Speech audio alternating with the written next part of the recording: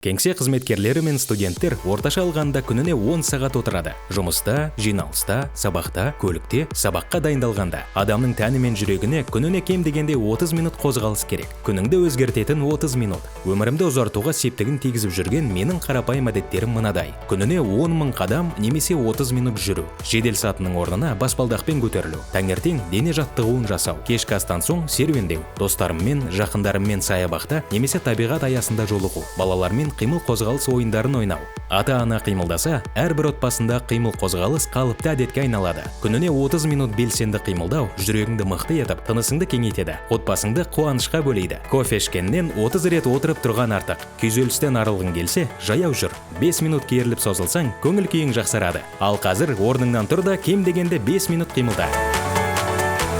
Белсенді болу спорт түрі емес, өмір сүру дағдысы. Өмірің ешқашан тоқтамасын.